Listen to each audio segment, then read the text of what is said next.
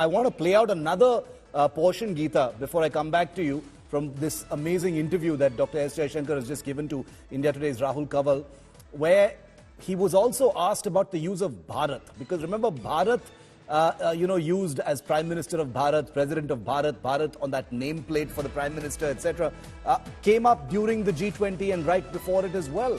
Here's what the External Affairs Minister said when he was asked about the use of Bharat.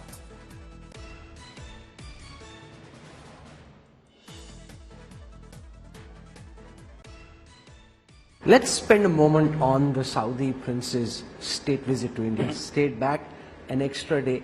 Now, the Modi government is unabashed about its Hindutva credentials and yet has been able to wean away countries like Saudi Arabia, Egypt, UAE from Pakistan's tight embrace. How do you see this evolve from where we've reached?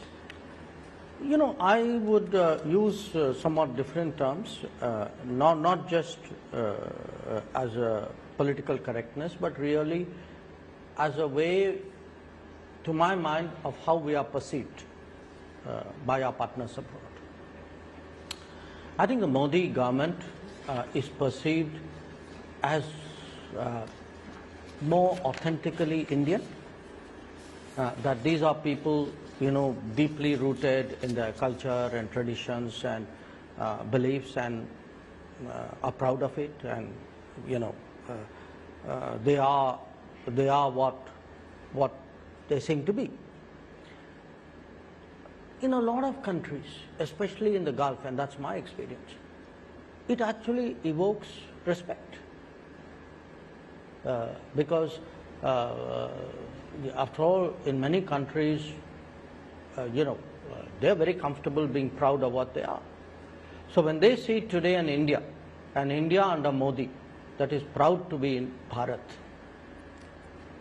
I think that resonates with them. So, was there any chatter around Bharat? In the G20, Bharat coming in the G20, yes. I mean, I won't say there's chatter, but some of the participants, some of the leaders, some of the ministers, when we were meeting and talking about it, and it made sense to a lot of them, because remember, in many cases,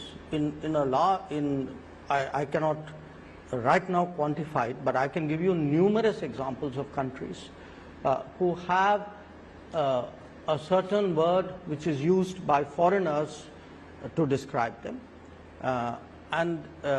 or which they use when dealing with the world, you can say, and words which exonym and endonym, right? Huh? Exonyms and endonyms. Yeah. So you have, let us say, an obvious example is Japan, which is Nippon, or Hungary, which I'm familiar with, which is Majar or Sak. So people use their self-descriptions for themselves, because in many ways it's a very natural, after all, what would I would use a word with which I'm most comfortable. So if I am truly comfortable with my traditions and culture and heritage, I will use a word from that. If I have a discomfort with it, maybe I'll use some other word.